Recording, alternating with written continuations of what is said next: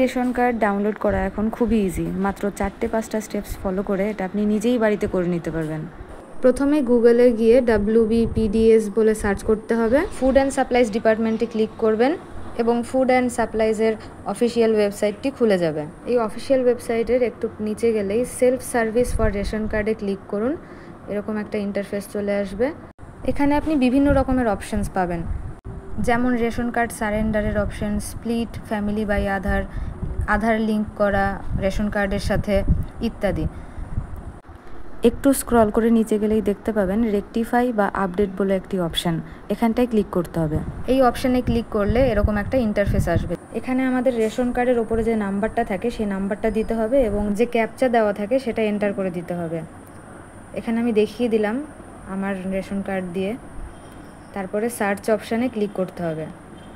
Next যে পেজটা খুলছে সেখানটাতে আপনার ফ্যামিলির সমস্ত মানুষ যাদের রেশন কার্ড রয়েছে সবার ইনফরমেশন এখানে দেওয়া রয়েছে এবং সবার ফোন নাম্বার যা যা এন্ট্রি করা আছে সেটার পাশে একটা সেন্ড ওটিপি বলে অপশান আছে। তো আপনি যে ব্যক্তির রেশন কার্ড বের করতে চান তার নামের পাশে সেন্ড ওটিপিতে ক্লিক করুন। এই ব্যক্তির আধার কার্ডের সাথে যে ফোন নাম্বারটি লিঙ্ক করা সেই নাম্বারে একটি ওটিপি যাবে এবং সেই ওটিপিটাকে এখানটাতে এন্টার করে দিতে হবে।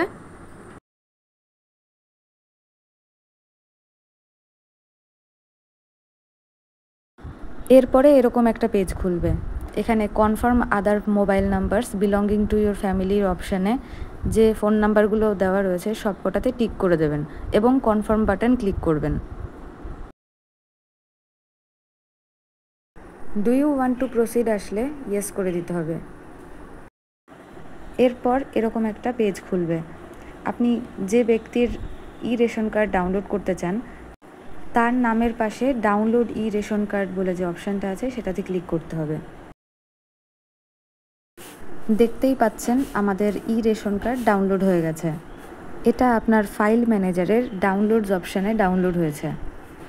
এবারে যে কোনো প্রিন্ট আউটের দোকানে নিয়ে গিয়ে এই রেশন কার্ডটা দেখালেই ওনারা খুব সহজেই বের করে দিতে পারবে। ভিডিওটি ভালো লাগলে অবশ্যই কমেন্ট করে জানাবেন এবং আপনার কাছের মানুষের সাথে শেয়ার করে দেবেন। ধন্যবাদ।